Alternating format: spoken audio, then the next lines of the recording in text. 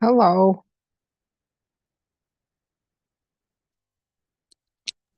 Hello, everyone. For those that are joining us now, we're just going to give people another minute to enter before we begin.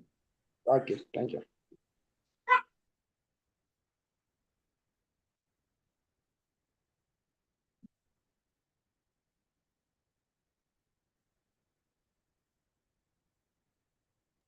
I have a question actually.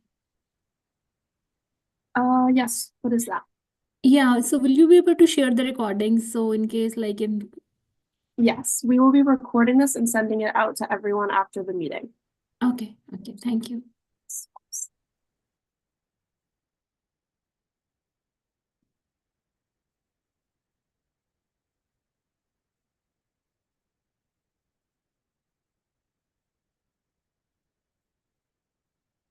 Okay, Give people one more minute and then we'll get started. Thank you all for your patience.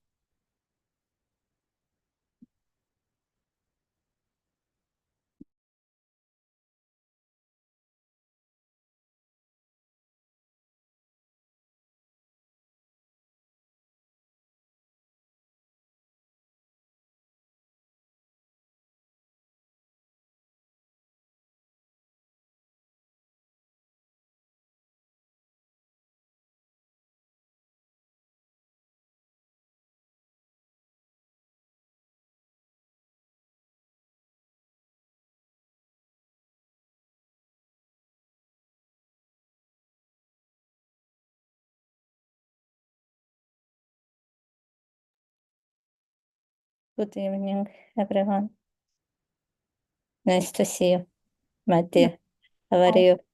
Good, how are you? I'm good. Thank you. How about you? Thanks for coming tonight. Yeah. Okay, so there are quite a few of us in the room right now. I'm sure people will continue to join us. I will continue to let you all in. But for those who are here now, I want to thank you all so much for taking the time to be here tonight. We really, really appreciate it. And we're very, very excited to be holding this session. This initiative has been a long time coming and it's a really, really big deal. And so I want to thank you all for being here, to learn more about what the next steps are going to be, more about the Physician Pathway Act. So I am going to start off here. I want to just say that for those who have joined later, we are recording this. So anyone who might not be able to attend or may have to leave early, we'll record it and we'll send this out after. We'll also be sending out the slideshow that you'll be seeing here. So all this information that we go over today, you will have access to after this info session.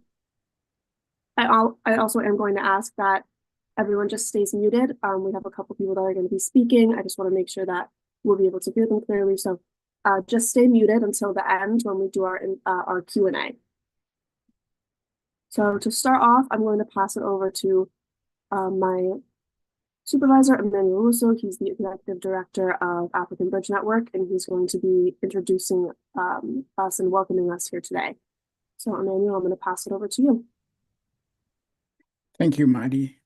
Hello, everyone, and again, welcome to this evening's session. This is the briefing session on the Physician Pathway Law. It used to be a bill, but now it's the law of the land of Massachusetts after the governor signed it into being.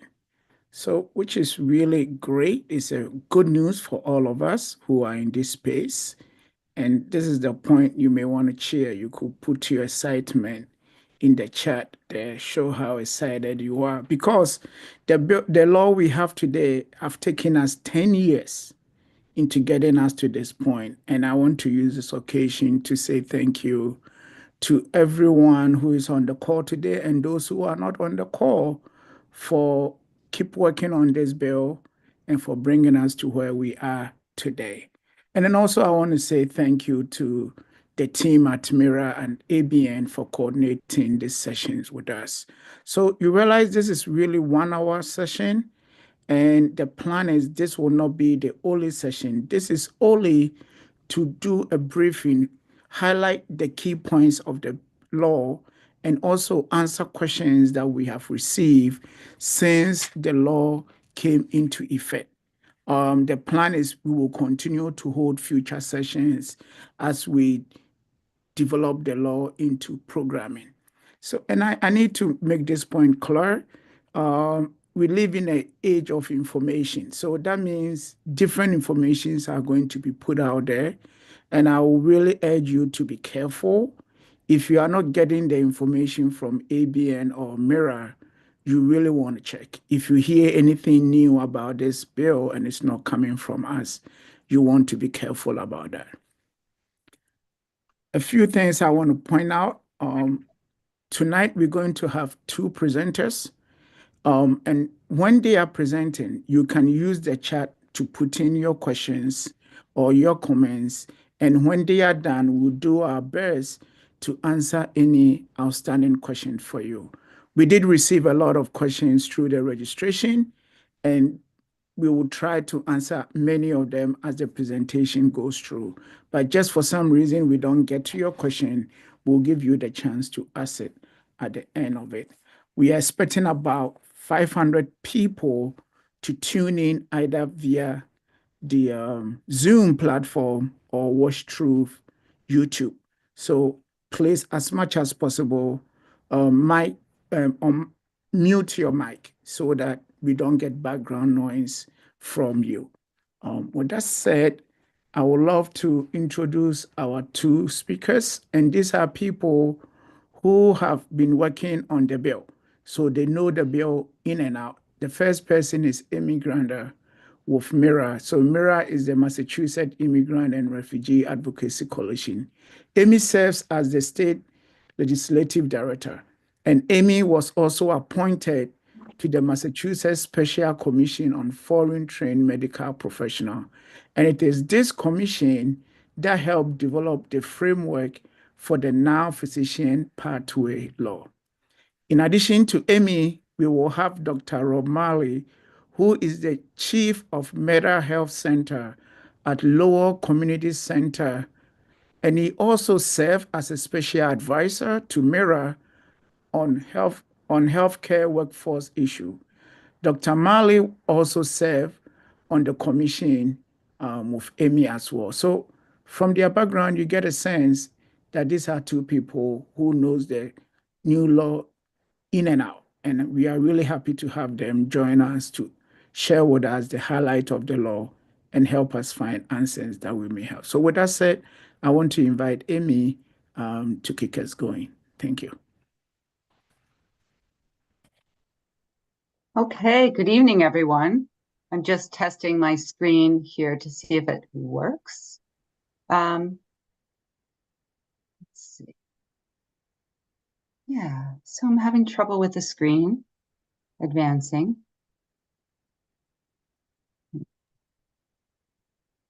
Okay, I have to do it by finger. So yeah, so the purpose of today is, well, first of all, let's say, so Massachusetts became the 10th state to pass legislation that with a pathway for permanent licensure for internationally trained physicians by removing the residency requirement that is now required in, I believe, almost every state, probably every state in the country. So the purpose today is we want to explain the new law for the benefit of all of you internationally trained physicians who are seeking to practice medicine in Massachusetts. And so today what we're going to cover is the eligibility requirements that are in the law and the steps to full licensure that are also in the law and the expected timeline for implementation. Once legislation is passed, it takes a while to implement. We have to await regulations from the Board of Registration in Medicine, et cetera, and that process takes a while. Meanwhile, though, there are some things that you can do to prepare. The other thing I wanted to say is with regard to questions, we know there's a lot of questions and there are a lot of folks here on the Zoom, and we're grateful that you're here. But because out of respect for the international physicians themselves, we want to prioritize the questions from those physicians. And so those are the folks that we're going to be asking. Those are the folks that are going to be offering to answer questions too. So in summary, as you know, the Physician Pathway Act will mobilize your expertise to address physician shortages in Massachusetts by creating a pathway to full licensure in exchange for at least 3 years of medical practice in an underserved community. The way that the law works is the law lays out a pathway that encompasses 3 steps to full licensure. To begin, the pathway starts by allowing eligible internationally trained physicians to be issued a renewable 1-year limited license to practice medicine under the mentorship of a participating health center or hospital. Upon successful completion of that mentorship, the internationally trained physician will be eligible for a renewable 2-year restricted license to practice in a shortage area or specialty in Massachusetts. And then the physician will be able to apply for a full unrestricted license to practice medicine anywhere in the state. Each of these licenses, the 1-year limited license and the 2-year restricted license, are each renewable once. So the state will have 3 to 6 years of medical practice in areas serving people with the greatest need. I know you're all aware that we have a physician shortage here in Massachusetts and in the rest of the country. So the state legislature was very interested in mobilizing your skills. So I mentioned earlier that the limited license is a license to practice under the mentorship of a federally qualified healthcare center, community health center, or hospital approved by the board. So I want to say a little bit about the mentorship program. So this is the program that's an alternative to the current requirement for residency. It's different from a residency. It's not supervised. It allows a physician to practice independently under the mentorship of this facility, of a participating facility. So the Physician Pathway Act defines internationally trained physicians as physicians who've been previously licensed or otherwise authorized to practice abroad and who have a year or more of independent practice experience abroad. And as I don't have to tell you, the slide says this, but you all know that the residency requirement is the greatest barrier to practice faced by all of you because you have to compete with recent medical graduates for a residency match. So again, the Physician Pathway Act removes this requirement. And instead, the pathway substitutes a 1-year assessment and evaluation program by the participating healthcare facility where the internationally trained physician would practice under the limited license. And you'll see a lot of references to ITP. That's short for internationally trained physician, and it's easier to say. So I'm going to start saying that, ITPs. So during the mentorship program, the participating facility will develop and evaluate the ITP's familiarity with non-clinical skills and standards appropriate for medical practice in Massachusetts. Let's see what I can do here. And a little bit about who are these participating healthcare facilities. So these, the law sets out that they can be they have to be a federally qualified health center, community health center, hospital, or other healthcare facility approved by the board.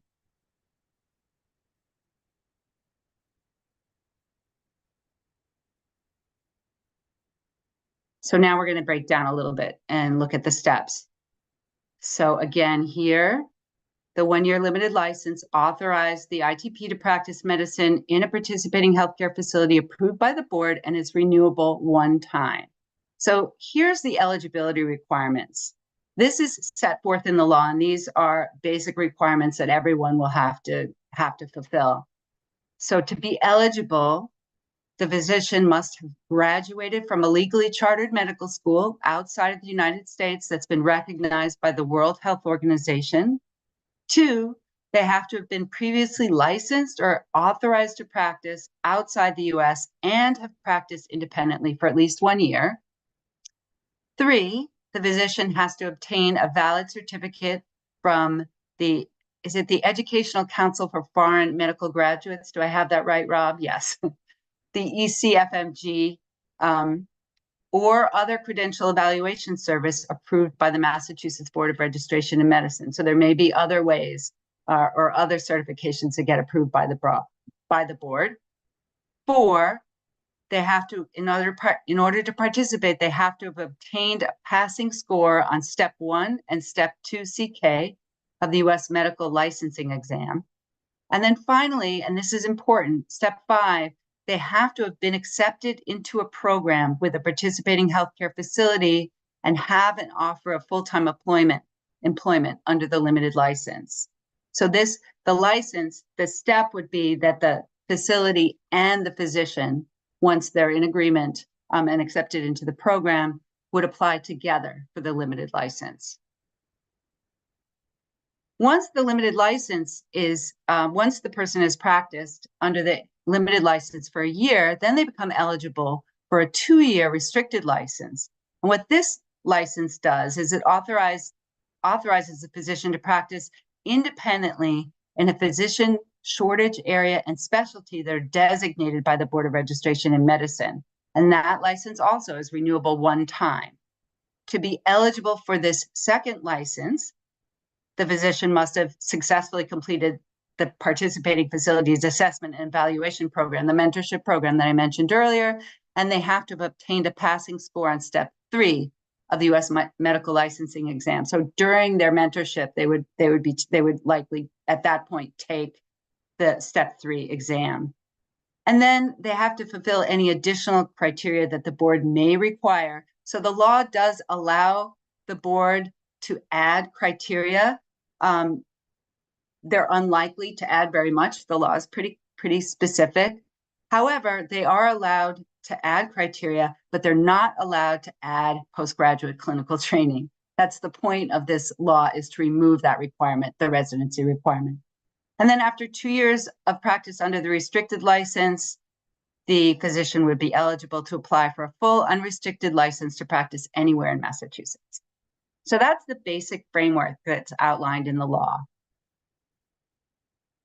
What makes this bill, so I mentioned earlier, we are the 10th state in the country to remove the residency requirement for experienced internationally trained physician. We were the first bill in Massachusetts was the first state to actually have a bill filed like this, but 9 other states beat us to the punch by actually passing their legislation before we did. The laws are all in the other states they vary. They all remove the residency requirement, but they're different in a lot of ways. They're not identical laws. What's distinctive about the Massachusetts legislation is that it has a service requirement because it requires participating physicians to practice for at least 3 years in underserved communities before they're eligible for full physician licensure. It's clear that some of the state laws, it's not clear. They mention supervision. And again, to us, when we think supervision, it means a residency, and we're removing that requirement. So it's very clear in our legislation that the ITP is practicing independently while being familiarized with Massachusetts and the U.S. practice environment. So the idea is to increase the facility's capacity to take new patients and to allow it to bill for the physician's work. Another piece is that there's no look-back period. So some states limit eligibility to physicians who have practiced in their home country within a set prior time period. For example, some states require them to have practiced in their home country sometime in the last 5 years. The Physician Pathway Act does not do that. It does not have a look-back period. And this reflects the actual experience of physicians in the U.S. who invest significant time and money to prepare for the U.S. medical licensing exams, often only to find out that, and apply for residencies only to find out that there are none available for them.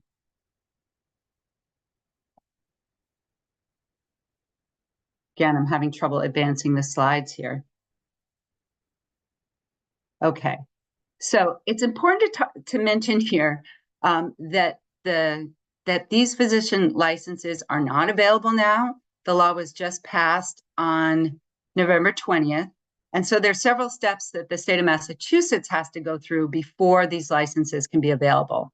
So the first step is the Massachusetts Board of Registration in Medicine, sometimes called BORM, develops draft regulations that will identify the participating facilities or the criteria for the participating facilities and any new criteria for the physicians.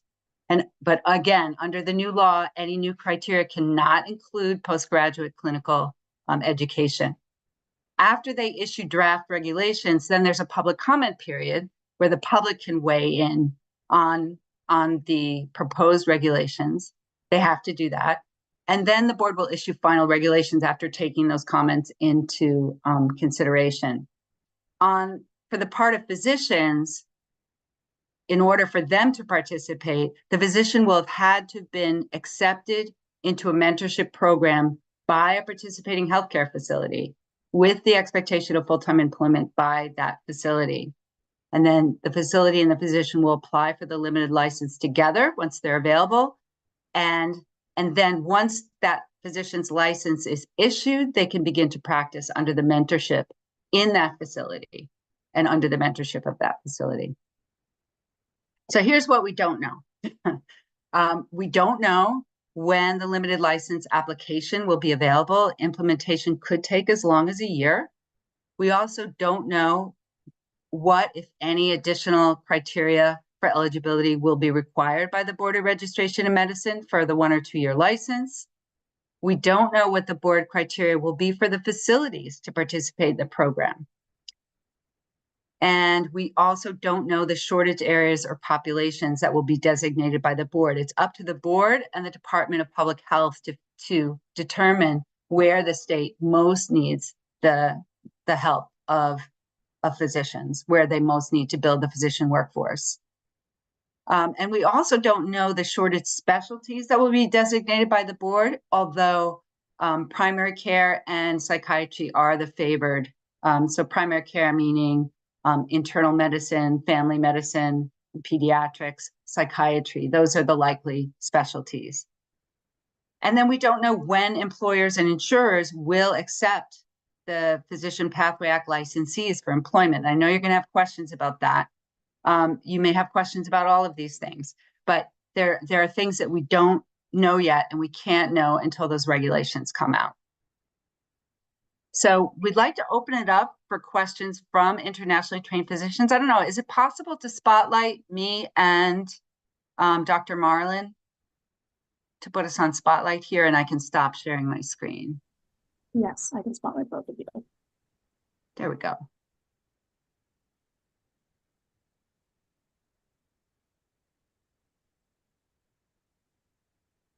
Okay, here we go. Wow, I'm really blurry. All right. I'm going to go off mic for. Oh, you muted yourself, Amy.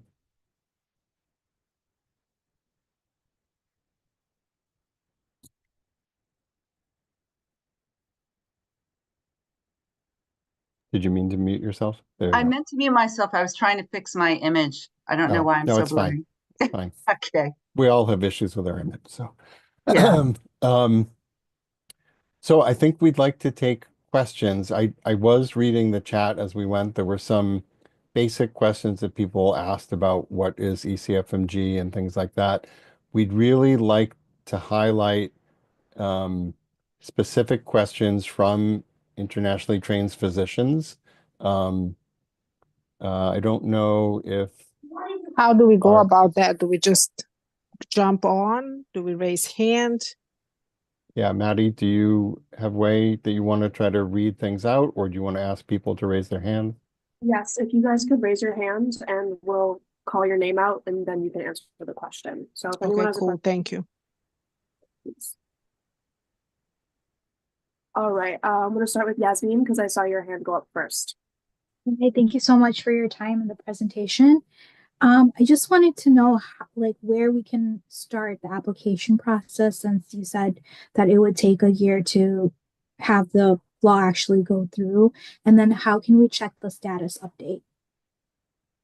So the application process doesn't exist yet. So this is a law that was passed, and now we have to develop the regulations and the practices with the Board of Registration to have a system so people can apply, and at the same time develop the system for the healthcare facilities to host internationally trained physicians. So there's no way to apply right now, and that's where we want you to follow Mira and ABN for updates about how you can do that. But we think it's going to take something on the order of a year to develop that system. We couldn't develop it in advance until the law existed, and now it exists. Many people will start working on that. Thank you. Sure. All right, I'm actually gonna alternate between a verbal question and then a question from the chat. So I'm gonna ask Elaine. She says, does this kind of pathway fit for psychologists/neuropsychologists? So again, for this evening, we are only talking about physicians. While we recognize the need for all kinds of healthcare professionals to be brought into the state in increased numbers, this law only pertains to physicians. As many as you know, licensure for every healthcare profession is different in the state. So the process for psychologists is different than it is for nurses than it is for physicians. So we addressed what we think is one of the more complicated ones first. So it's only for physicians. But we look forward in the future to all of you working on developing a process for other professions. But again, tonight and this law only pertain to physicians. All right, so my next question, I'm gonna call on Carmelo. Here, I see you have your hand raised. Hi, can you hear me? Carmelo, you're a little bit muted. Buonasera. Can you hear me now? Yeah, go ahead. Can you hear? Yes. Yeah, okay. So congratulations, Hemi and Bob and all Mira. So I think it's an amazing advance, in the field, really advanced. So however, my point is still with a little bit of concern. So I think all this policy of operation clearly, very clearly, is fighting discrimination. That is, we need to say clearly, and we are all happy about this. However, I think an ITP will feel bad, to go on the USA to try to apply the PPA and start again to study biochemistry, histology, chemistry, biostat. So in other words, I'm saying the requirement of USMLE step 1, step 2, and also step 3 is still a major concern, in my opinion. So I know that these things are not done from night to morning, because it takes so much long time. So my only, comment and question is this. So is there any chance, in terms of legislation to amend or modify the requirement of the USMLE? So not currently. So Camilla, I'm sure you'll appreciate that we have to work within the confines of what's legislatively possible and politically possible. So ECFMG and other bodies have within their guidelines that people have to pass USMLE. So if we put forward a bill that says no more USMLE requirement, even if we agreed with it, it would not have been passed because it's already a great step that we remove the residency requirement. And I think currently there is probably no appetite from what we've seen in legislation in other states and in boards of registration in other states to remove USMLE. I'm not saying it couldn't happen in the future, but we could not try to address all things in this law. And our primary goal was to remove the residency requirement because most people have said to us it's the biggest block to them, and also it's the most redundant because people have already trained. I understand the barriers that USMLE puts up. I understand the difficulties, but we just couldn't. There was no way to address that in this law. Thank you, Rob. I'm gonna go over to Jose next. You can go ahead and unmute and ask your question. Hi, good evening. Which are the other credential evaluation services approved by the Massachusetts boards? It's because I saw that there was a slide that said that there were other ways aside from the ECFMG initial certification to do at least the first year. It's because my school doesn't have the sponsor note from the ECFMG, so they don't even allow me to do examinations, which I feel like they kind of should, because that's the proof of like the whole point of me doing an examination to prove to them that I have the skills. But I'm not even allowed to do that. So Jose, can I ask what school you're from? yeah, Universidad Autónoma de Durango, Campus Los Mochis in Mexico. Okay. Just for our reference. So again, we're just starting to develop the regulations and policies for the board. So what we're saying is ECFMG is recognized and others that the board will recognize. There's no policy yet.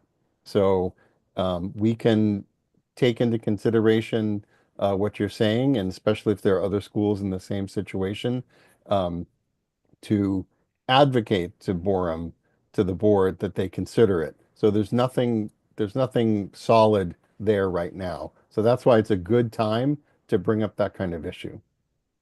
Yes, the sponsor note, they actually added that requirement this year that they should all have the sponsor note, that it wasn't enough for them to be recognized by the World Federation of Medical So you're Education. saying ECFMG added that requirement, or the state licensing boards?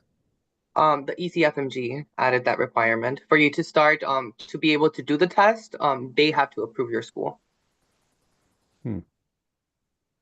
Okay, well, this is as much an information session for us, honestly, as it is for you. So these are the kinds of things that, as a community, we can bring to the process that's going to happen over the next year. We had not heard this previously, so it's something we can definitely all bring to the board as they're starting the process. And Okay. I would also add that the reason we said or other credentialing service approved by the board was to allow for that very possibility, right? We wanted to make sure we gave the board the authority to find another credentialing agency. Thank you. Thank you, Jose. Thank you, Jose. Next up, I'm going to call on, and I'm sorry if I mispronounced your name, Iduranian. Thank you. Good evening. Please, what I wanted to find out is at the end of that 3 years, the licensing that you then acquire, would that be recognized by the medical specialty boards in the US? Is there a plan to integrate this pathway with the specialty boards who at the moment only recognized American residencies? Correct. So keep in mind, the pathway is not a replacement for residency. It's a completely different process to recognize the skills and training you already have. We do recognize that the specialty boards are an issue. We do not conceive that completing the pathway licensure process and practice would then make you eligible for the specialty boards. What we're honestly more concerned about and will be working on is making sure that employers, not the healthcare facilities for the special licenses that we've talked about, but for employers generally looking to hire physicians, will not be biased against people who weren't allowed to sit for the specialty boards. I think it's a bigger challenge for us to try to get all the specialty boards to say who can and cannot sit. So what we want to do is, rather than taking that on, we want to cut through it and make it possible for you to be hired even without specialty board status. Does that make sense? Yes, it does. Thank you. Okay. And I would add that now that there are 10 states and other states planning to file in the upcoming legislative session, similar legislation, there's going to be pressure on the specialty boards to open up that process to people who haven't had a U.S. residency. Okay. Thank you. All right, next I'm going to jump to a question I see in the chat. I do want to acknowledge I see everyone's hand raised. I'm going in order, so if I haven't gotten around to it, if it takes a minute, I will call you eventually, but I'm going to go to the chat real quick. My question here is, do you have an idea of what might be the cutoff intake numbers for those who qualify, or if the Mass Board has the discretion to decide based on the demand? Are we talking about the number of people who can apply? Is that, Blaze, what you're talking about?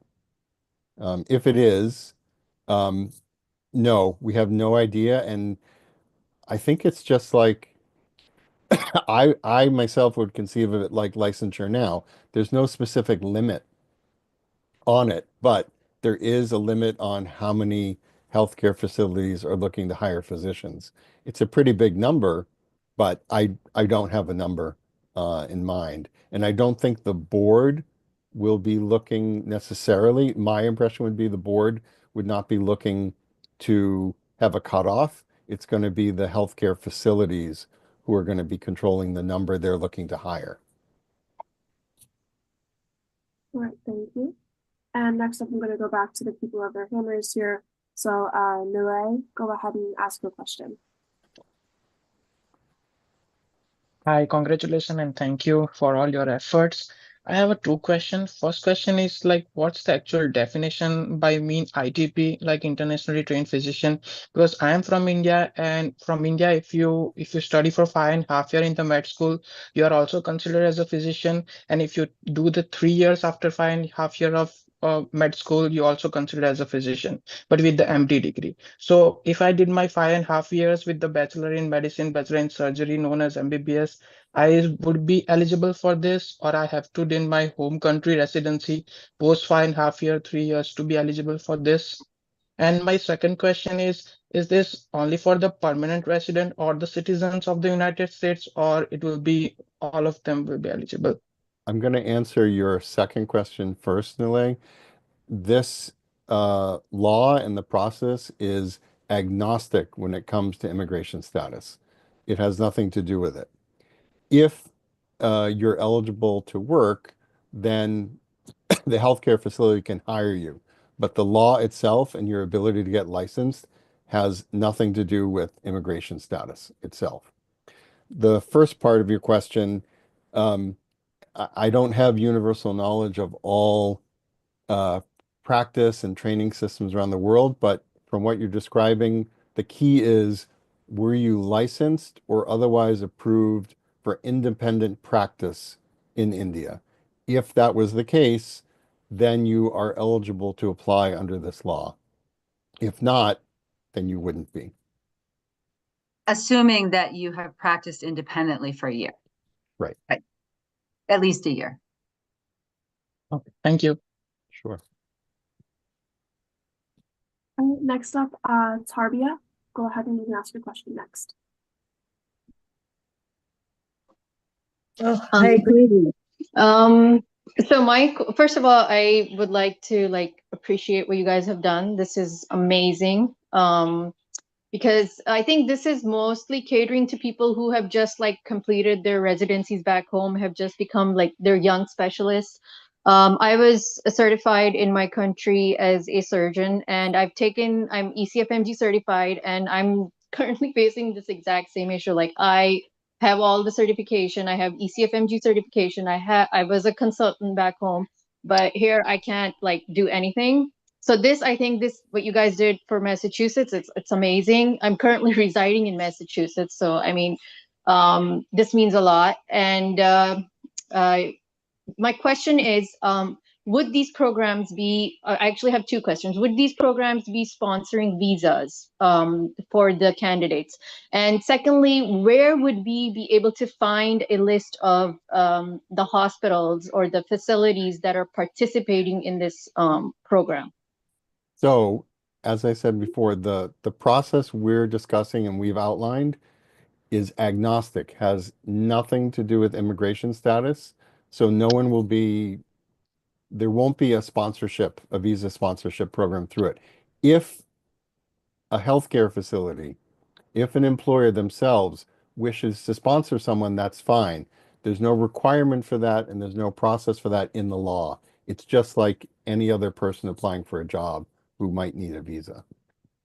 The second part, remind me of the second part again? Second part was about how do people find out what the list of participating facilities is? And I guess the answer is, and correct me if I'm wrong, Rob, but we don't think I think the best way to find out about participating facilities will be what? Because we're not expecting the board to issue a list of participating facilities. Here's what I recommend. Yeah. So there's no list right now, Tarvia, so it doesn't exist. And once the system has been put in place, I would recommend two things. You could just approach any healthcare facility that is looking to hire someone in general or where you want to work and ask them if they're willing to partner with you in the process of this program. So there probably won't be a list. No one's going to be certified to say they can and cannot participate. They will apply to host someone, to mentor someone. So it could be any healthcare facility, but they would have to be approved as they apply by the Board of Registration in Medicine. Does that make sense? And yes. And they would have to be serving an underserved population or region of the state. So that's why, probably, we're thinking about federally qualified healthcare centers and community health centers would be the best candidates, I think, for that to approach. Okay, so like there won't be like, or a list of programs anywhere on a website that we know are participating or, all right, okay. Thank you. But I will say some healthcare facilities may put on their websites, we would like to participate, or we plan to participate in this program, certainly. But I would recommend, once the system exists, contact healthcare facilities where you would like to work and ask them if they would consider participating in the program. Yeah, just one more question before I go. Is there any specific page that we can follow for updates as to when we can start applying? We're going to send that out at the end. We'll send a link to everyone about how they can follow for updates. Thank you. Thank you. Thank you. I'm going to jump back to the chat for a second because I'm seeing a lot of very similar questions about people who have been medical doctors in their home countries and now are licensed registered nurses here in Massachusetts. Are there any advantages about being in this position or any shortcuts to this position? I would say the advantage is the healthcare landscape. That's probably the most important. But other than that, no, it doesn't on paper get you any advantage. I would say, as someone who hires physicians, if I saw that someone had worked here as a nurse, I would certainly be interested because I know they know how healthcare practice works here. But again, on paper and as it pertains to the law and getting a license, no, there's no difference. Thank you. And I'm going to go back to people with their hands raised. Okba, you can go ahead and ask your question next. Thank you so much for everything. I really appreciate the updates. I'm an international physician, and I've been looking for this opportunity. The only question I'm asking now, or just I would like to be having an update on how we can be able to follow up if finally everything is brought out so that we'll know how to apply. And then we will need, if it is possible also, if we can give you our contacts so that for easy updates and then follow up. Thank you. So it's like you were a plant, because that's exactly what we want to say at the end. Everyone who registered will receive a link to a newsletter to follow updates from African Bridge Network and Mira Coalition about the Physician Pathway Act and as the regulations and policies are developed. So just by being here, you will get updates, or you will get invited to receive updates. And the name of that publication is Physician Pathway News, and it's very specific to tracking this law. Previously, this bill. I have one question. May I ask? Hold on. Who is speaking right now? Himanshu. We're waiting our turns, all of us here. Yeah. Yeah, so go ahead and raise your hand through Zoom, and I'm going to get around to you. I'm just going in order for who raised their hand first, okay? Okay. Thank you. I respect that. Next up, Christina, go ahead and ask your question.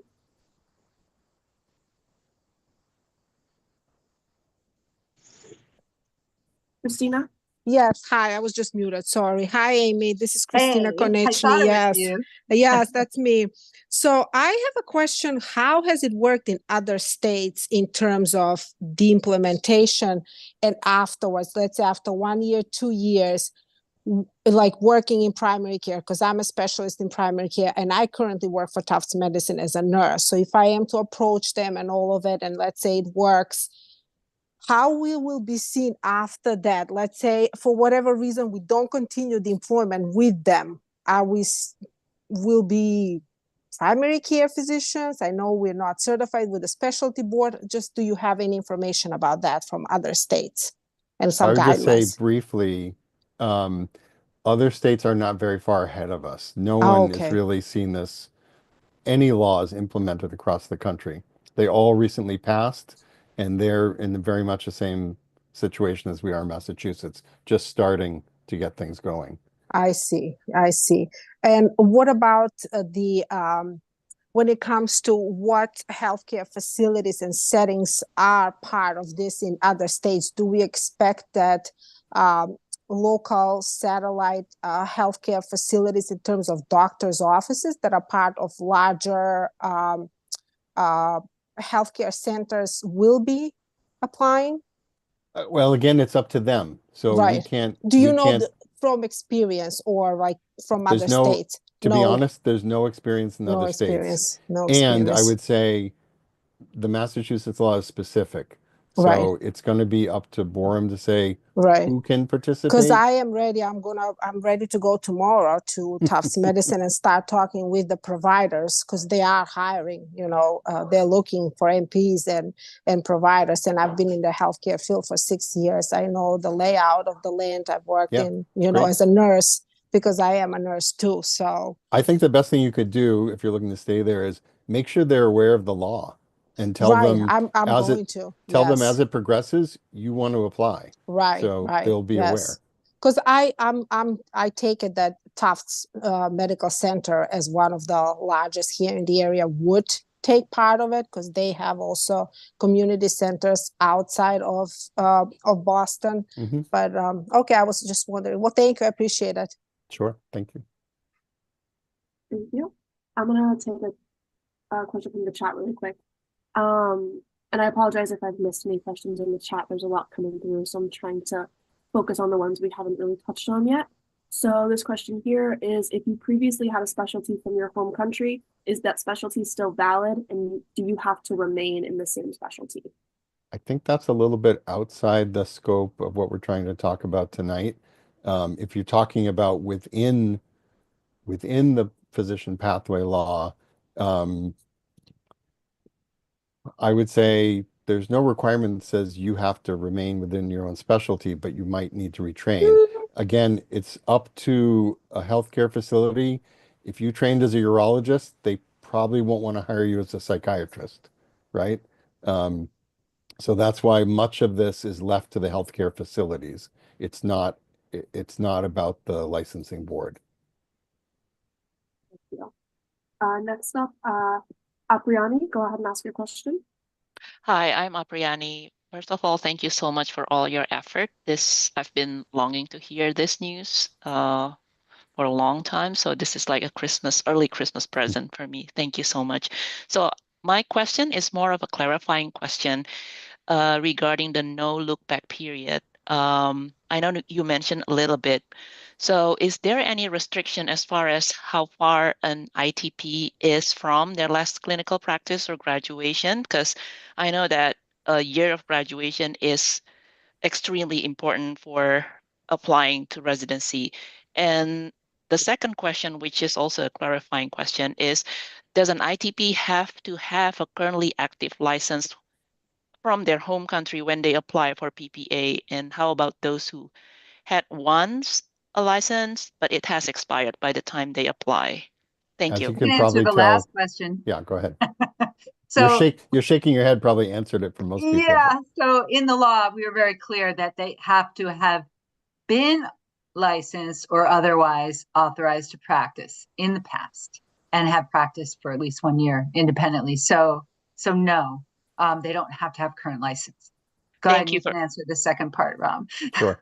So part of our goal was to get away from the biases that exist in residency applications, such as we all know there's sort of an unofficial look back of about 3 years, no more than 5 years, even though it doesn't exist on paper anywhere. So again, we're leaving this to the healthcare facility employers. Anyone can apply. There's no specific designation of a look back period for the license. But I'll just be honest, I think if you haven't practiced in 25 years, probably a healthcare facility may not deem you a good candidate. And I use 25 years, I'm trying to be extreme. But other than that, it's really between you and the employer, how they feel about it. So there's no specific number. And it also depends on what you've been doing, right? So, as Christina, who spoke earlier, she's a nurse and she's working in a healthcare facility now, so obviously a facility that's looking to hire is going to be considering what you've been doing in the interim period. And that's why we always encourage people, stay involved in healthcare somehow, whatever it is. If it's being a nurse, if it's doing healthcare research, somehow stay connected to healthcare. It's always going to help you. Thank you for Yeah. And I would also say African Bridge Network is one of those wonderful organizations that helps people find alternate employment, people in the healthcare field to find alternate employment in the healthcare field. So that's something to pay attention to as well. Can I have one last question? And thank you so much for clarifying. I know that there's a lot of an unknown area as far as now, but what would be the evidence that we have to submit in terms of proof of having practice in our home country for somebody who, for example, no longer have an active license?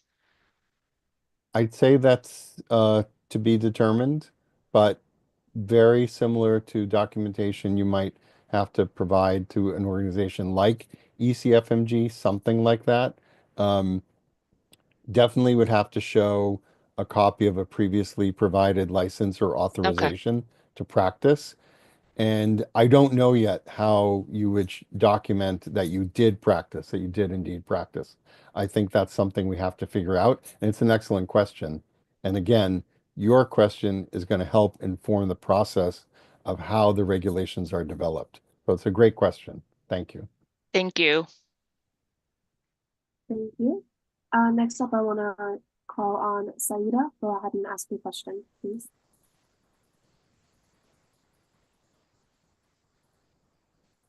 Oh, hi, good evening. Thanks for organizing this. My question was, I was wondering because there's at least a year to the expected application start time, and we all know that all the ITPs are desperate to get to practice because it's something they love to do. So that being said, we know that other people from other states will be flocking Massachusetts, at least so that they can be Massachusetts residents within 1 year at least. So will the application process be any helpful for those who've been in Massachusetts for at least a couple of years and, working in some healthcare and, facilities, research, clinical areas? It's just like anyone applying for any job. There's no residency requirement that you live in Massachusetts before you apply for any other job. So the same is here. And in fact, you don't have to be a Massachusetts resident to work as a physician in Massachusetts. Many people from Maine, New Hampshire, Vermont, New York, Connecticut, Rhode Island, all the surrounding states cross the border to work in the state. And everyone under this license could do the same.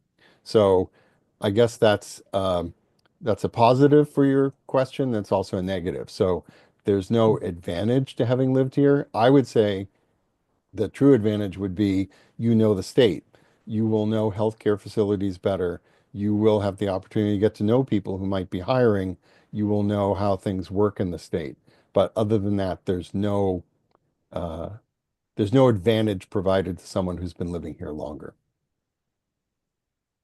Thank you. I think before there was something like that, a year or two being a resident in Massachusetts. There was something like that during one meeting before this, I remember. That's why I'm not aware of any provision like that because, as I said, you can be a resident of New Hampshire and get a Massachusetts license if you're going to be working here. So I don't think so, but we can look into it. I think the reference might have come from, the fact that when we've talked about this bill, we've often said, that the physicians that will benefit from this are already here. That we have a lot of state residents here in Massachusetts who fully expected, on living here that they would be able to re-enter their profession, and they haven't been able to. So that was sort of the initial thrust of the legislation, if you will. And the added benefit is, of course, we do need a lot of physicians, so it's open to physicians from other states as well, obviously. So there's no residency requirement again, but that's probably where that may have been what you heard. Thank you. Next up, I'm going to pass over to Frere. You can go ahead and ask your question, please.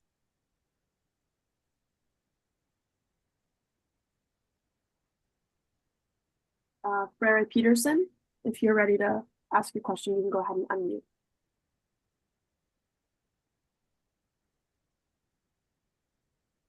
All right, I'm going to go to the next person for now, though, until they come back. Germaine, go ahead and ask your question. Yes. Hi, my name is German. Thank you so much for this important news. And I'm happy this session is like interactive, like able to ask questions.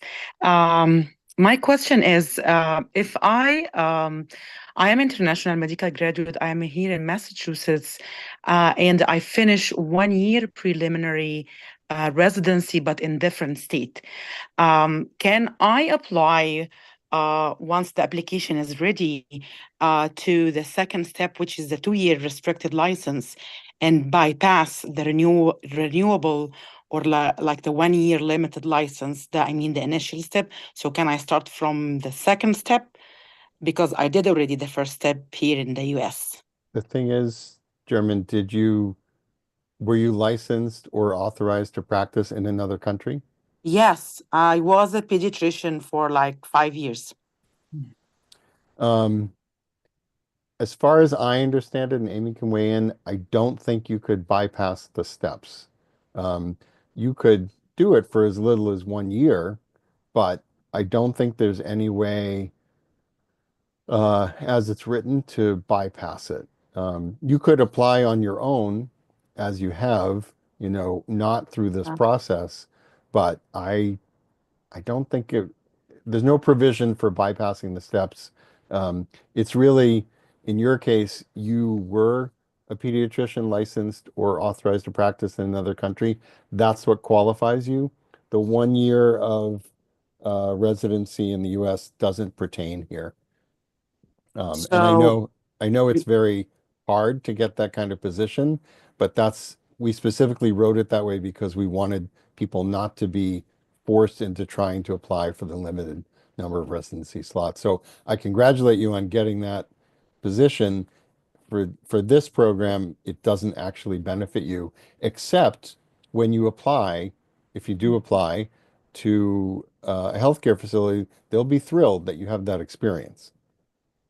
Just 1 year, in Massachusetts or maybe in other states? It doesn't matter. It doesn't matter. And anyone with that kind of experience, I can tell you, will be more employers eligible, possible employers would be more interested in you just because of your experience. It doesn't depend on the state. Like more clarification, I'm sorry. So any place in Massachusetts can accept only 1 year US residency, or like a preliminary year? It's like No, there's no mechanism, as far as I know, for the Board of Registration to provide a license based on 1 year preliminary residency. So you would have to enter the program the way everyone else is going to, applying based on not your prelim year in the US, but your pediatric practice in the other country. Before. Okay. Yeah, yeah. Which we Okay. applaud you for. It's great. Yes, thank you so much. Sure. Thank you. I'm gonna ask one more question on the chat here that I'll just repeat it, so sorry for missing it. Does the work need to be continuous? So like that year time, does it need to be continuous, or if there's like a reason, like maternity leave or something along those lines, would that impact the time period that's required? I would say, and I don't think this has been addressed specifically, but it would be 1 year of practice.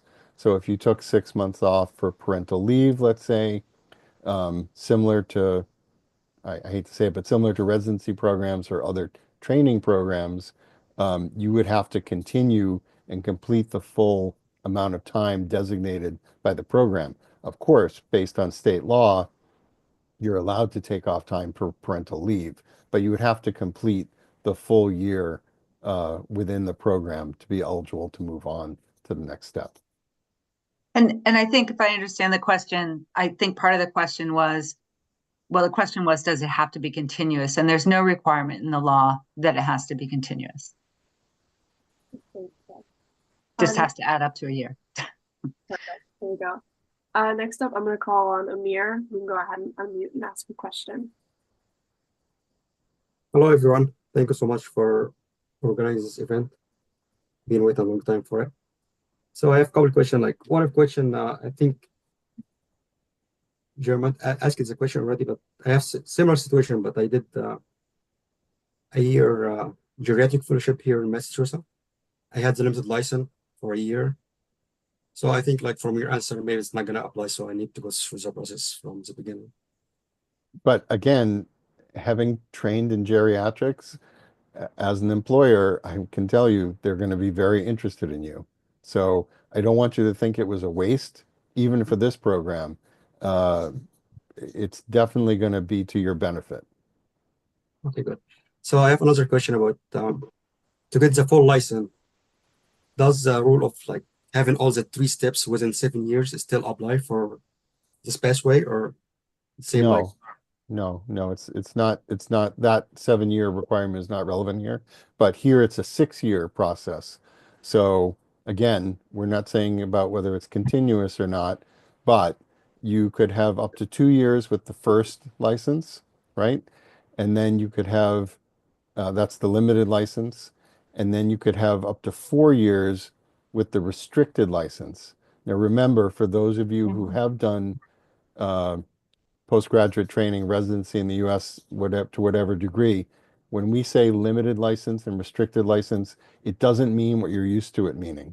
Okay, so the limited license is not about what you can do, it's about where you can do it. And the restricted license, similarly, is not about the scope of your practice, but it's about where you can do it and who you serve, meaning that we want it to be in an area of greatest need in the state. So just to recap, 6 years is the most, is the longest someone would participate in this program, but you could participate for as little as 3 years, and with that you would have successfully completed the program. It's really up to the person applying for the license how long they want to stay in, and the healthcare facility that's employing them to say, you know what, we think you need another year of limited license to really be comfortable, and you would come to an agreement with them. I want to make sure that you got my question clear. Right now, like to get the full license, there's a law that said it's a time period between step 1 or the first step you passed and the third step need to be like within 7 years. Does this still apply for this pathway? That's going to be up to the Board of Registration in Medicine, but so there is nothing laid out in the law that addresses this specifically. Again, they're going to defer to the Board of Registration. And again, this is a great question to come up, and it will be, and we can all make sure that it's brought up during the process of developing regulations. My impression would be, I don't actually know, but very likely it could be that the same timeline is implemented, but I don't know, and there's nothing on paper yet. So other questions, sorry, I took so long. How about like Medicaid and Medicare? What is their perspective? Like, are they going like with the billings? Because I know some states they will ask like for a licensed physician if they didn't like finish 3 years like right ACGME accredited residency, they're not gonna like pay them or restrictions the billing. It's gonna be the same story here, or it's an excellent question, and that's why during this year, there'll be a lot of work done with the state Medicaid program as well as with private insurers to get them on board to be able to bill. And that's one of the things we need to work out in regulation. But it's an excellent point, and you're right. If we did nothing, people would not be able to bill, and therefore people wouldn't get hired. So that's part of the work of the coming year, is to make sure that those processes are in place so that employers can bill for your work. okay. Thank you. Thanks, guys. We have time for a couple more questions, probably 2 or 3. So I'm gonna be quick here. YB, do you want to unmute and ask your question? Yes, please. It's really a great feat, and I want to say thank you and congratulations to everyone for this great feat. I have just a few questions. First of all, I wanted to ask that after someone goes through the process, are they deemed a specialist, or are they what then are they recognized as after the going through the 3-year mentorship? So I guess YB, my question is, what do you mean by specialist? Because so there's let's no...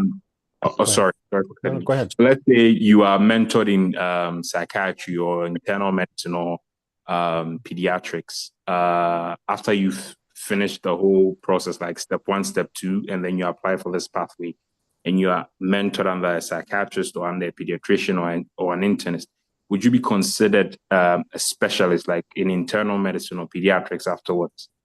I guess the question I would ask is, what was your specialization in your country of training?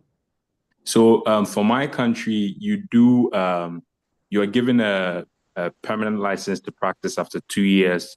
And then after that, you enter residency from there. So usually you don't really have a specialty. So it's like you're now starting a specialty or entering into residency, so to speak. Yeah. So I think officially, I don't know the answer. And I don't know, for instance, what the board would put down as your specialty on your license. So again, it's an important question for us because we do know there are a number of countries where the system is exactly as you outlined. People finish their training, they can work for a while, and then they develop a specialization after that. So in the past, there was a sort of general physician category a long time ago in the US. It doesn't really exist now, but this again is a very important point that we're going to have to make sure the board addresses. Okay. All right. Thank you. Thank you for the question. Thank you, sir. All right, next up, I'm gonna have Himanshu. Go ahead and ask your question.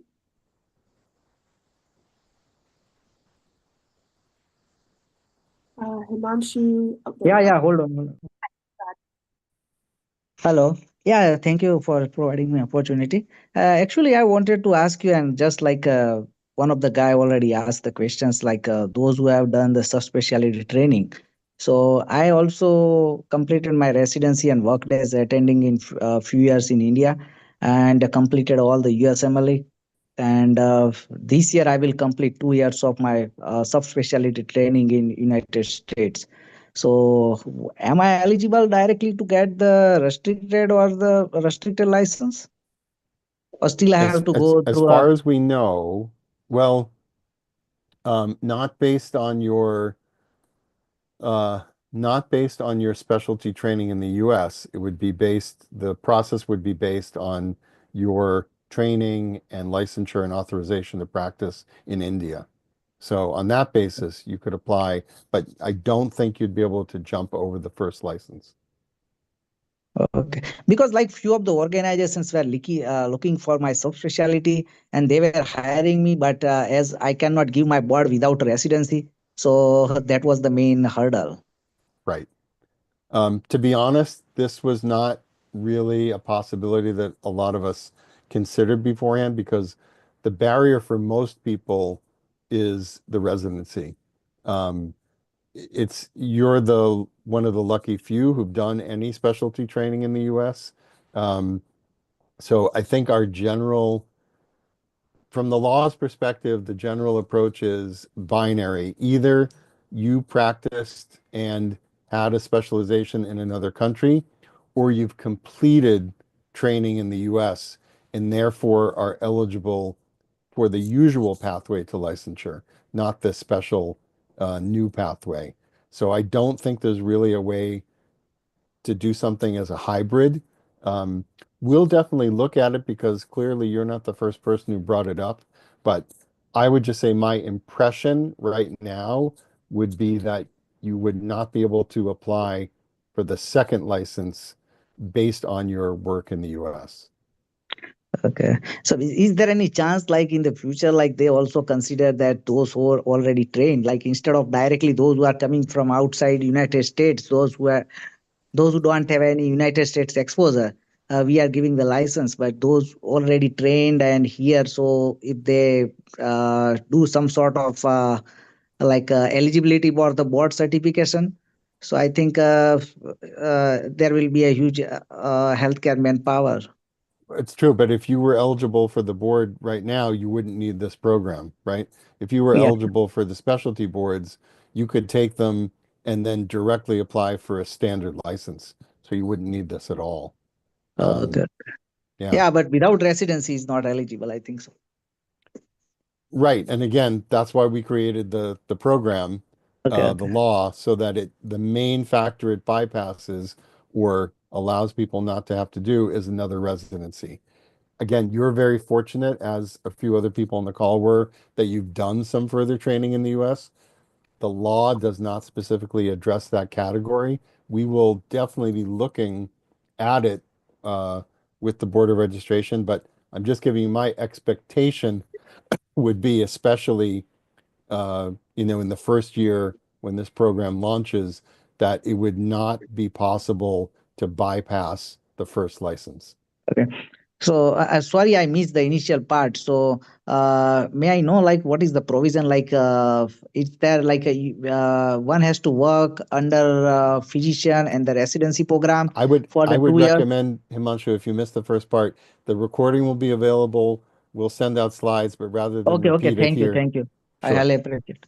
Thank you. Thank you for the opportunity. Yes, have a nice day. And the short answer is for the first year limited license, you're not working under the supervision of a licensed physician. You're working independently in a facility approved by the board that's chosen because it serves people who are most in need. Right. And that's where the assessment and evaluation comes in, but it's not the same thing as a residency and you're not supervised. You don't have a supervising physician, right, Rob? Correct. Supervision is not what the law addresses, because if you have already been trained and authorized and practiced, you don't need supervision. You have all the training you need. This law allows you to be mentored so that you can learn to practice in the environment in Massachusetts, but you don't need any training at all because you've already got that. Good, thank you. So Amy and Rob, I know we mentioned 7:15. Do we want to take any more questions? I'm glad to keep going. Right. I am then as well. Okay. So I'm gonna hand it over to Vitali right now. You can go ahead and ask your question.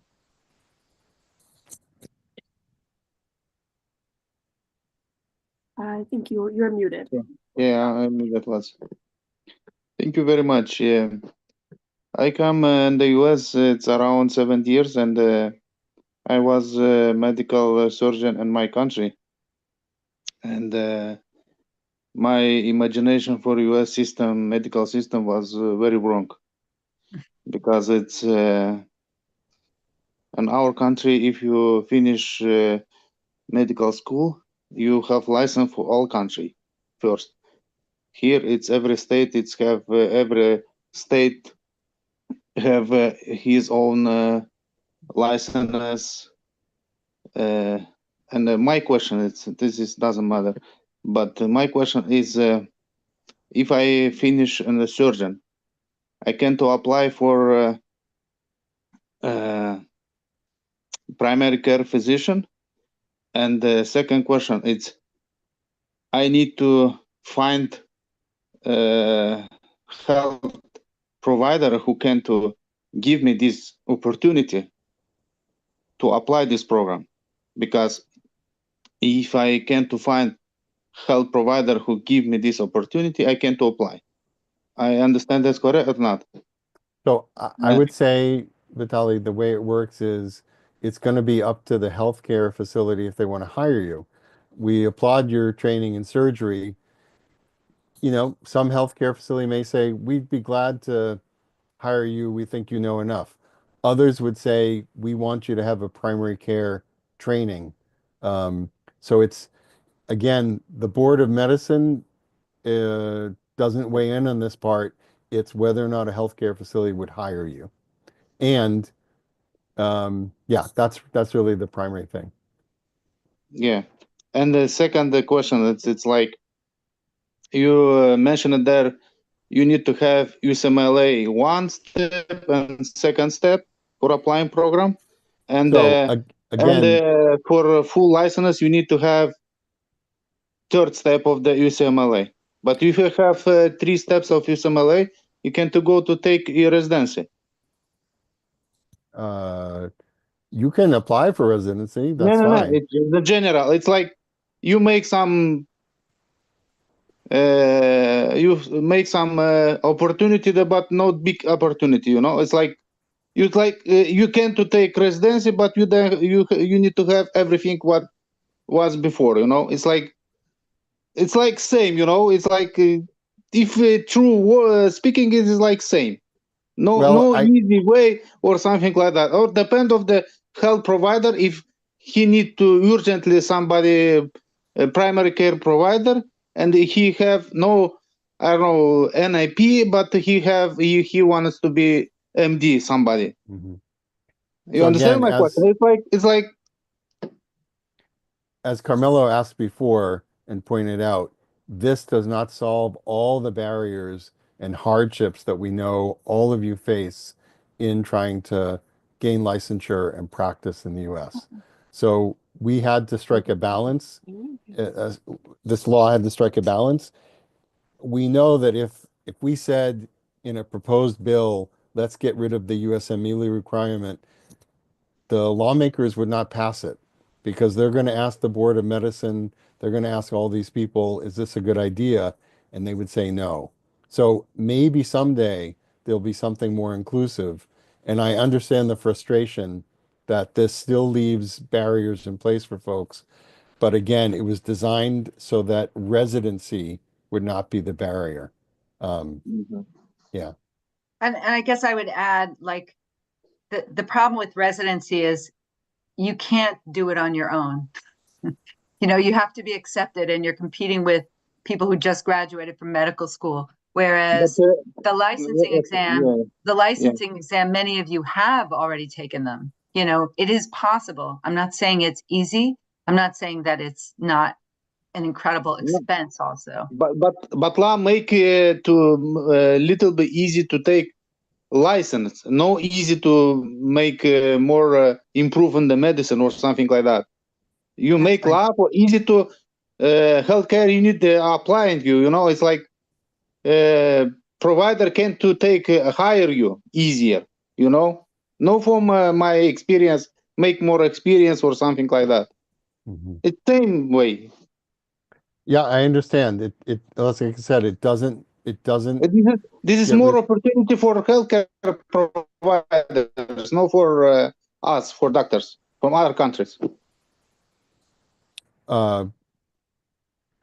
Like I said, it doesn't take away all the barriers. We're hoping that for many people, it reduces the biggest one, but I definitely hear your frustration. Rob, Emmanuel, can I chime in a little bit? So, Emmanuel from African Bridge Network, we've worked with this population for a while. We foresee providing some support for those who want to pursue this opportunity. So there is more to come. We are very at the early stages of the law now. We have to go through the processes. So I would say, hold your peace and let us work through the process. Definitely, there will be some support for anyone who wants to at least give this law a chance or try to take advantage of it. Okay. Yes, Thanks, thank you, Emmanuel. Manuel, for the positivity. So I'm gonna move on to the next question here. I see, Jose, you have your hand raised up again, so I'm gonna pass it over to you. Thank you. Yes, I do have another question. So I graduated and I got my unrestricted license in Mexico, but I didn't practice for that year. As soon as I graduated, I had other circumstances and I had to come to the States to start raising funds to help out my family. So I didn't get the opportunity to actually practice. But if I'm able to get an employer here, am I still able to apply for the program? Based on what you're saying, I don't think you'd meet the requirement because you didn't practice. The law says you have to have been in practice for at least 1 year. So my impression, and I don't want to give you a final verdict without someone actually looking at your case, but my impression would be no. Okay, because my curriculum is a little bit different. I did an intern year and a social service year. So on my intern year, after that, I did like birth deliveries was by every day.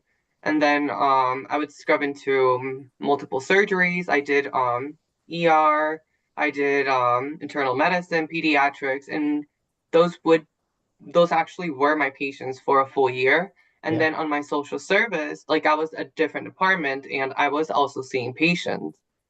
I'm a what little I bit mean is familiar with the Mexican system, and I would definitely say yours is a good case to bring forward because you may be able to argue appropriately that you meet the definition.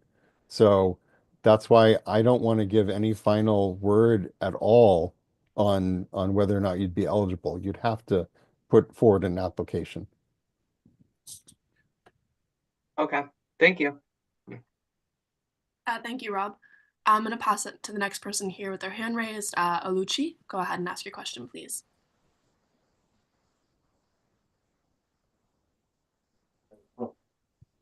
Hi, thank you so much for the program. I have a question, and my question is a little bit different from what others have been asking, and it was prompted by a comment made.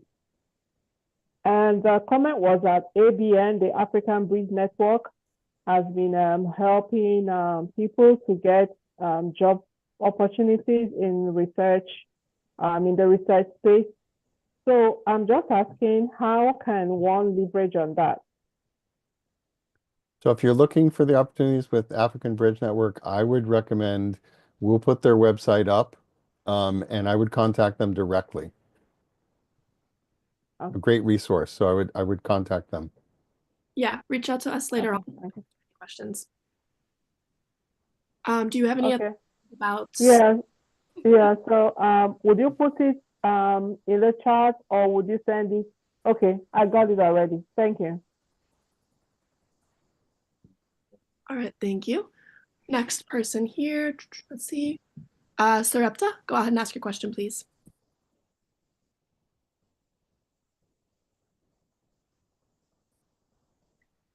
Sarepta, oh, there you are. Okay. Hi. Hello, my name is. Hello. Oh. I'm Hello. sorry, Jack. Aluchi, if you could can go show- back to mute. Can you hear me? Yes, go ahead. Okay. I have graduated from medical school in 80.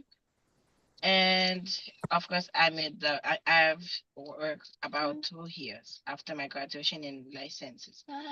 My only concern is that my school don't have any accreditation for me to be able to pass the steps of the USMLE.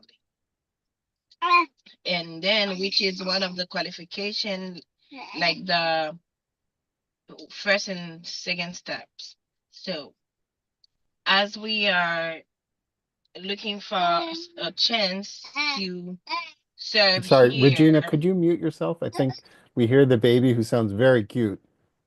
Thanks, Sorry, that's Raptor. Go ahead. Okay.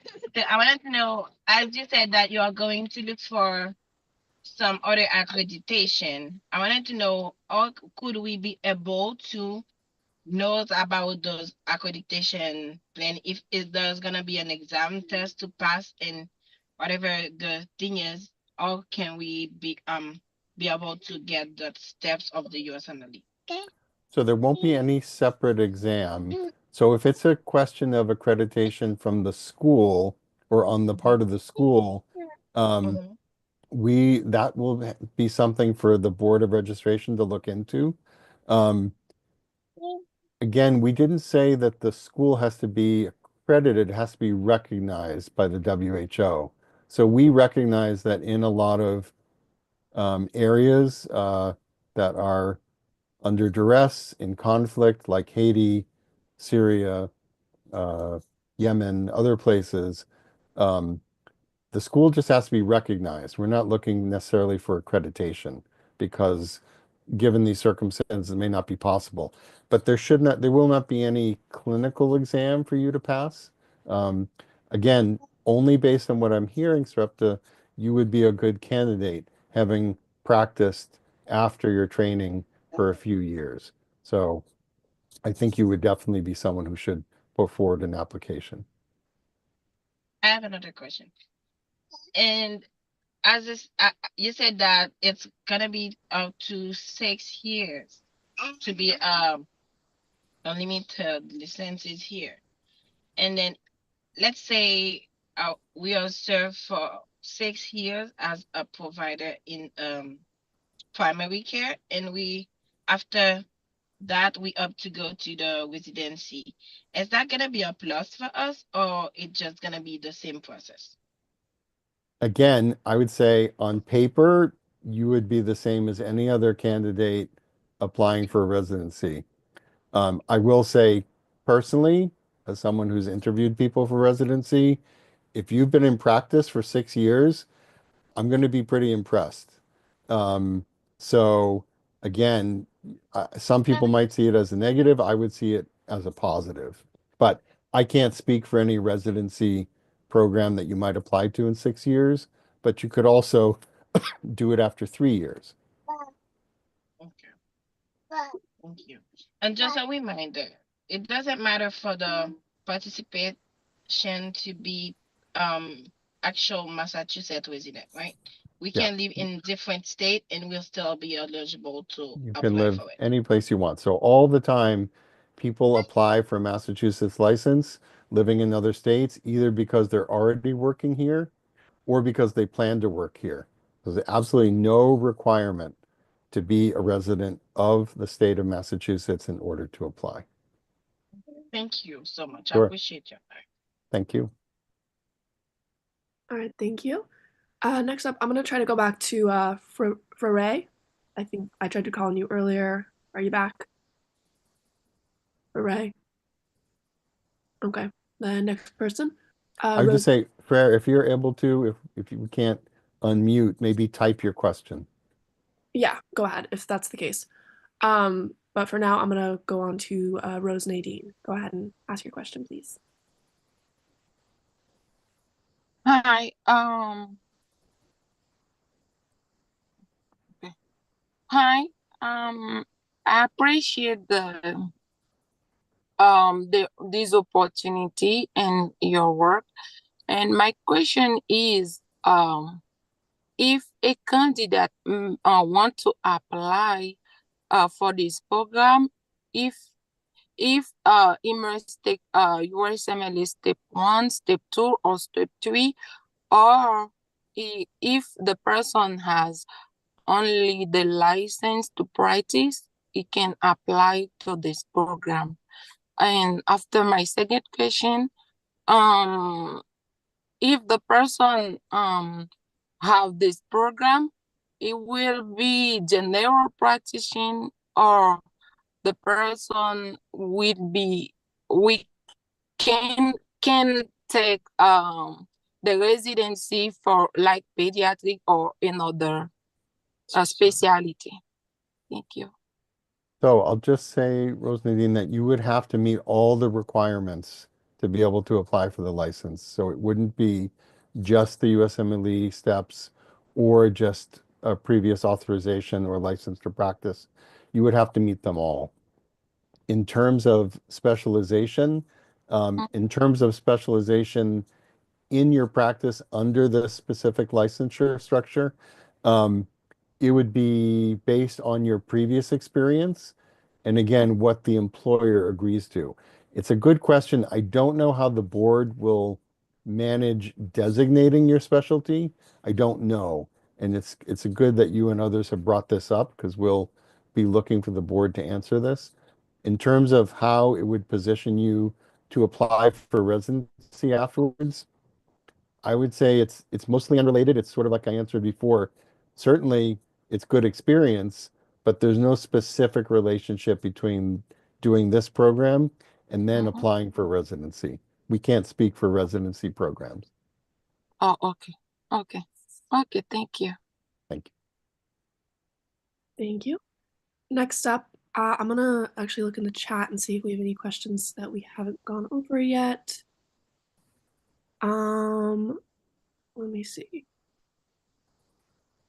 Okay, I'm seeing some repeats, so I'm just gonna jump back into the people with their hands raised. McEwen, go ahead and ask your question, please.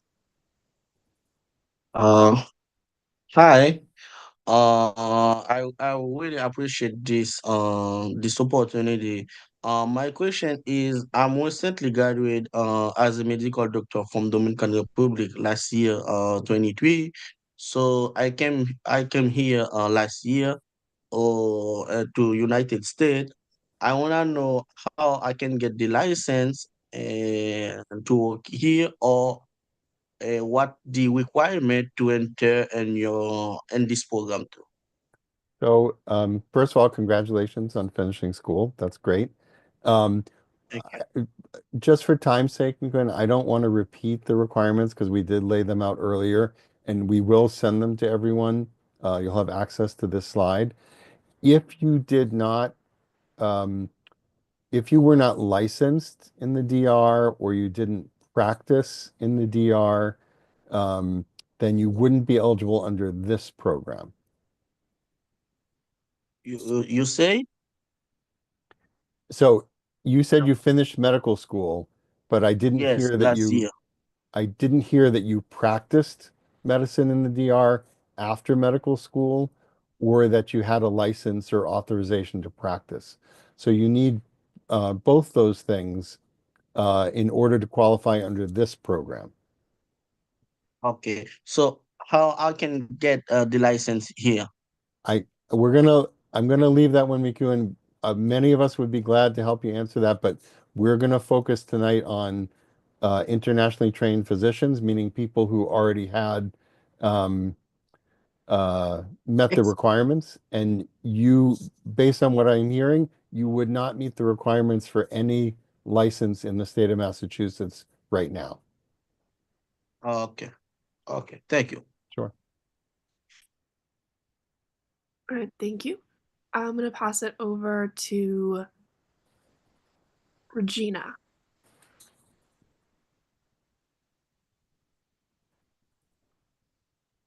Regina, you all ready to ask your question?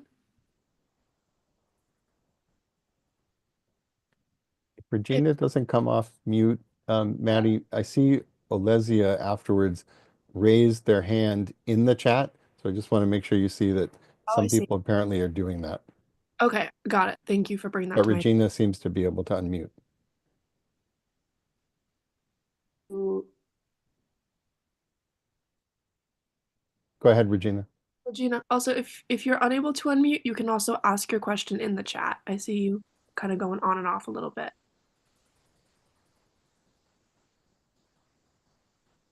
Can you hear me?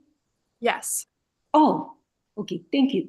Okay, so thank you for your patience. And then, yeah, I don't wanna you to the answer, the same the question, but I think maybe you already mentioned, but my question is, could you narrow the potential health facilities in terms of the level of a hospital and any county where I can apply or at least contact? There are hundreds of hospitals in the state, right?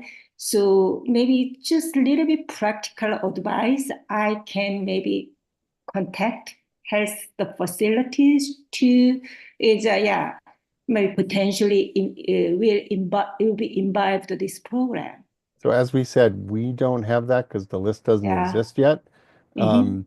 And I would say if you know of a healthcare facility that operates in an area that's underserved in terms of the number of physicians or in terms of the need of the community, that's a very likely a facility that will want and meet the requirements. But we don't have a list right now. I apologize. Okay, thank you for the answering. And the second question is, I'm sorry, I'm a little bit confused. Is underserved health? Is it refugee health or just the generally underserved, medically So underserved area? there's a specific definition of what we're talking about, and we'll have links, hopefully, from here. If not, you can look, I think, at the Mira website and find some links, or we'll create them if we can. But there's specific federal and state designations of the areas that we're talking about that need additional services. So it's not specific to refugee health. That's a separate program in the state. But we can try to point out if you look up on the state, if you just Google it, you can see underserved areas, and they're state designated. Again, we'll try to get a link, and I say that not being the technical person, try to get a link somewhere so that you can see that. Thank you so much for your answer. Sure. Jeff, if he's still here, could probably answer that question and supply the link. Jeff Gross, are you still with us? Yes, No. I am. Ah, there you are. Am I right? Yeah, I will follow up with you, Amy, on this and share a link. Thank you. I thought you might be able to just drop it right in the chat. All right, thank you guys. I do just want to do a time check for Amy and Robert, see how we're doing. I see more questions, so I'm okay to stay for a bit. All right. I'm just going to say that the list keeps growing as you keep answering questions, Rob, like there's always 6 or 7 people. So what I want to encourage people to do is to ask just one question. Just pick one, don't give 2, pick the one that's more important, and also not to ask a question that's been answered. Like, I think general questions are better than my situation is this questions. Like we're trying to answer questions about the law, who's eligible, who's not, and with the limited information that we have. And so rather than sort of devising individual solutions for each person, I think our time would be better served. I mean, it's interesting and it probably helps other people in the same situation, but for time's sake, some of us want to have dinner. Right. For addressing that, Amy. So just keep in mind that she said that, so no super specific questions, and let's just try to keep it sort of short and sweet. I am going to address Alessia. Sorry, you had your hand raised in the chat. Do you want to go ahead and ask your question? Hi, yes, can you hear me, guys? Yes. Okay, perfect. Very quick question, I promise. And thank you very much for the tremendous work you guys have done. So quick question. I live in Massachusetts, work in Massachusetts, and I love Massachusetts. But let's say I go through the program and graduate, and I I will need to go to California, for example, and I'm already licensed in Massachusetts, right? So will I be able to work in California? Will I be able to get a license in California based on the license in Massachusetts? Thank you. Oh, I'm going to answer that with a general response, Alessia. If you have a full Massachusetts license, just like anyone else, you can petition to California to accept your license and give you one there. I don't know what the status is for all reciprocity situations, but some states will recognize a full license from another state and give you a license on that basis. But I don't know the specifics about California. But I would say once you have a full license here, you'll be able to do with it just what anyone else would if they got their license in the standard system. I got you. Perfect. So there will not be a difference between people who went through residency in the United States or people who graduated from the program. I can't speak to how another state would respond. That's what I want to say clearly.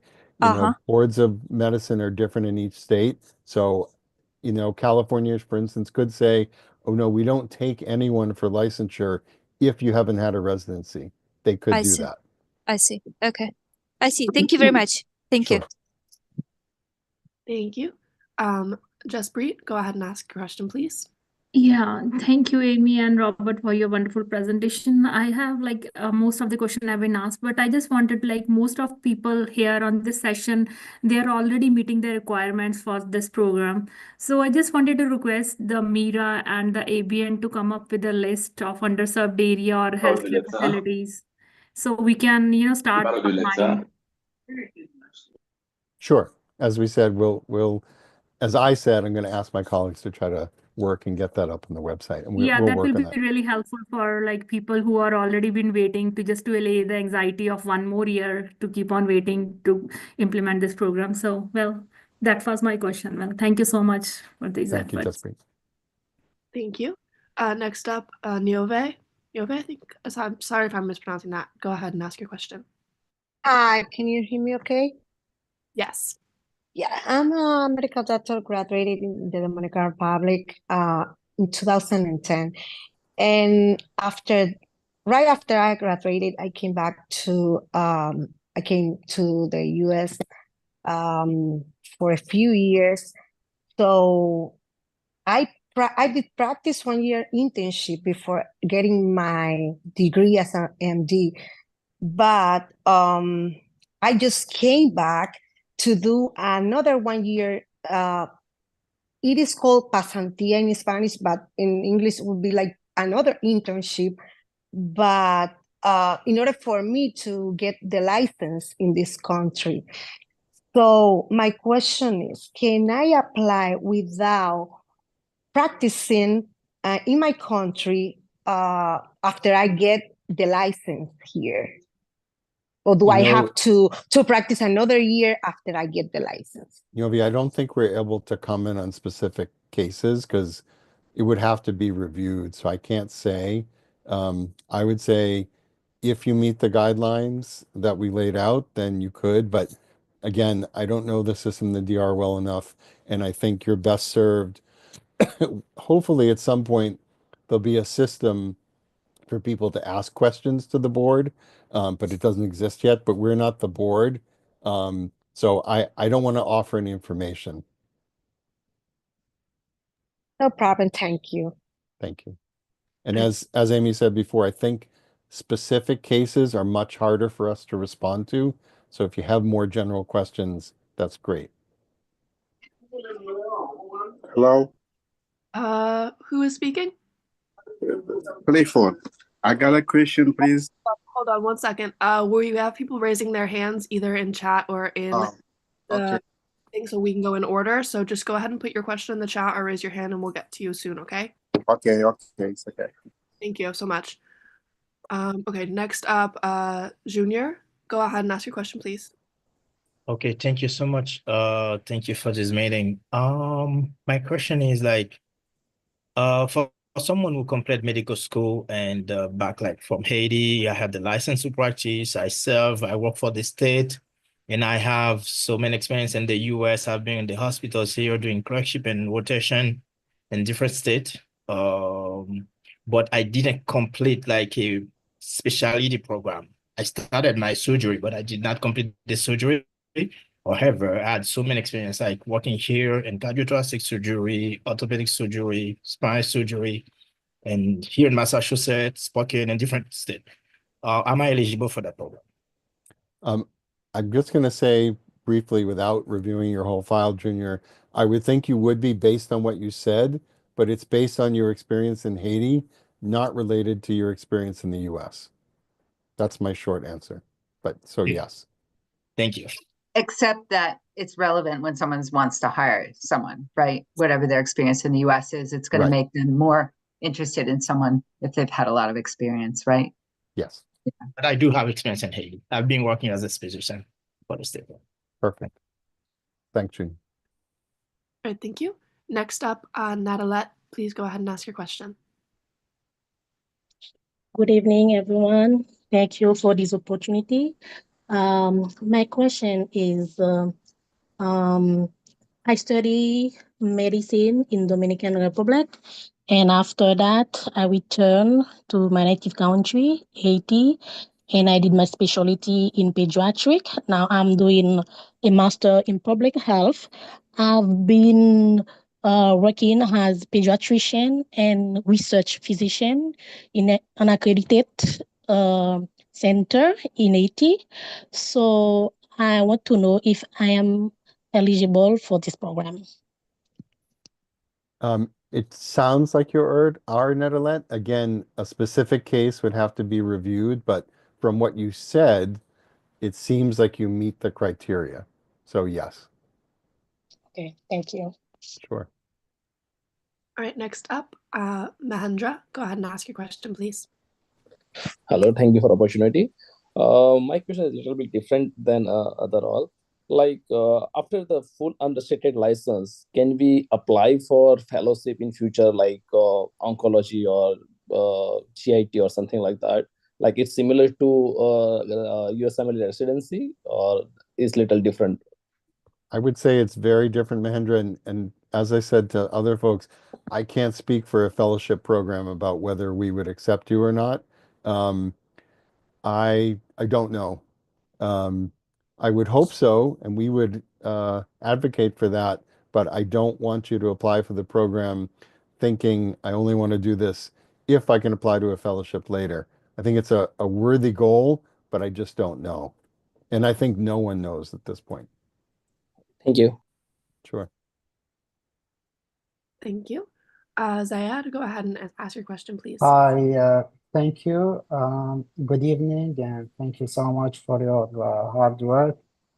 My question is, can I apply to get the license directly, given that I have approximately a decade of obstetrics and gynecology practice in my home country, and I am ECFMG certified, so I've done all the USMLE tests, step 1, step 2, and the CS.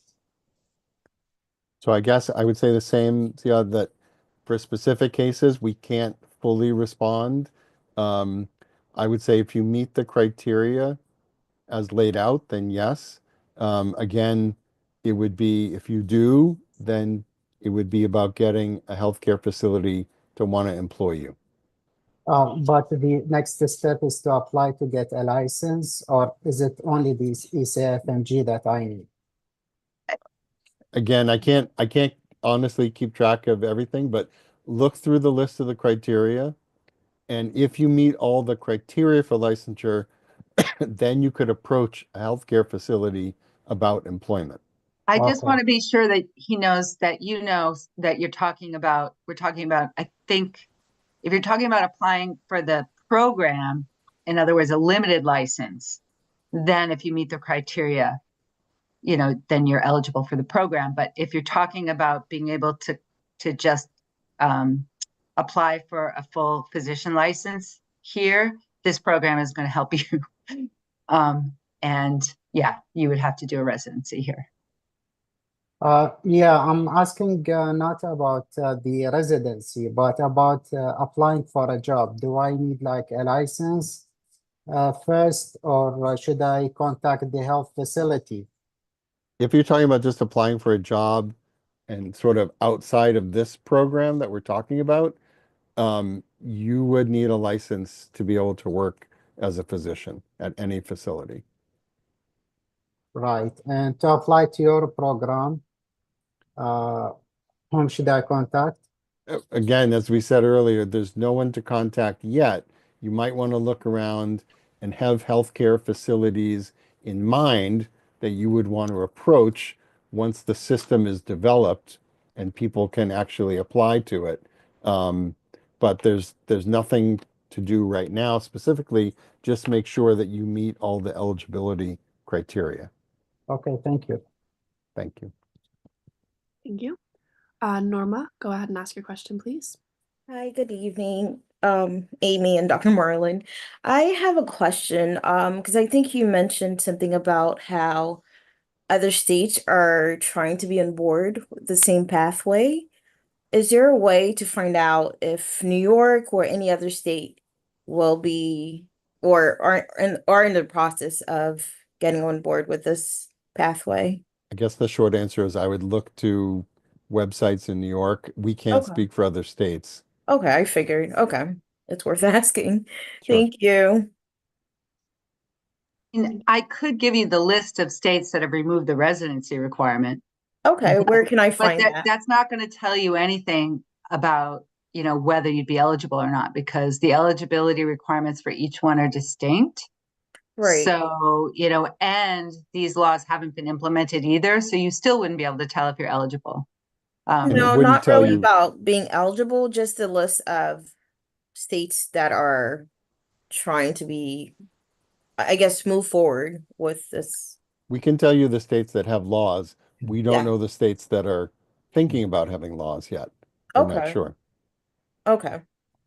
Amy and Rob, I can post a link to Wes's legislative database. So it's a searchable database, Norma, where you can look at what's been passed, what's pending. Although, as Rob and Amy said, you can't get the details about the implementation. But I'll Got put it. in the chat now. Thanks, Jeff. Thank you, Jeff. I'm not 100% sure, Jeff, if they are all, if it's specific about which barriers they removed. I mean, it's coming. You can get a link to the legislation, pending or passed, and to the extent that it's clear there, that's useful information. But yeah, it won't tell you by any means the whole story, any more than ours does right now. Right. All right. I'm gonna take about one or two more questions just because I do want to respect everyone's time and end around 8 p.m. It's been a long session so far, so really quickly, just to go through these last three hands that we have up, I'm gonna ask that no one else raise their hand. Unfortunately, I can't read your name because it's an email, but Louis, BNGY Louis. Yes, good evening. So, I am a medical doctor. I was trained in Cuba, and I worked 3 years as a medical doctor in Haiti.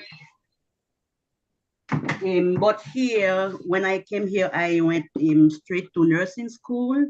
I am actually in FNP, Family Nurse Practitioner. I never take like the USMLE board. I never tried. I just went straight to FN to nursing school. So now I am in FNP. I wanted to know does the nurse practitioners, so do they have to have like the USMLE in order to be like eligible, or if there's any shortcut for a provider here already in Massachusetts? So I applaud you for retraining as an FNP, and I'm glad you're working. But no, there's no shortcut. You would have to meet all the criteria in order to get the medical license. So that's the short answer.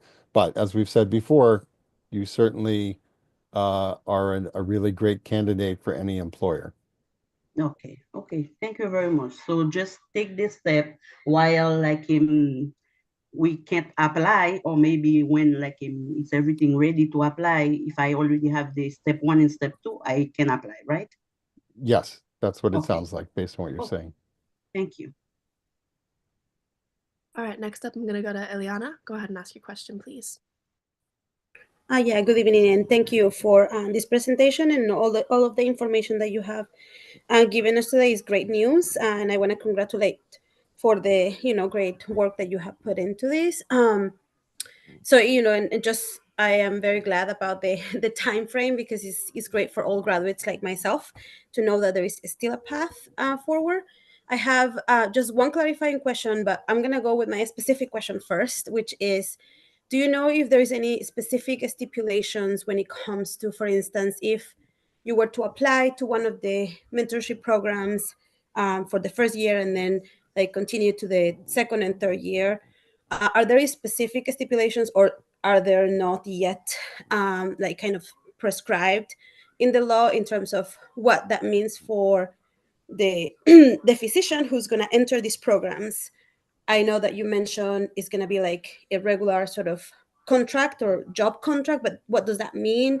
Is there any specificity like across the board within the state in which they have to follow? For instance, they have to give you, I don't know, is it going to be a paid position? Is it going to be an unpaid position? Like, I didn't hear any of that specific things, and I don't know if it's because it's still in the works, or if it's gonna go kind of depending on each of the healthcare places, hospitals, and whatnot that might be able to provide this. And alongside with that, I guess, is there any funding that is gonna come from either the state or federal funding that is going to help cover for those positions?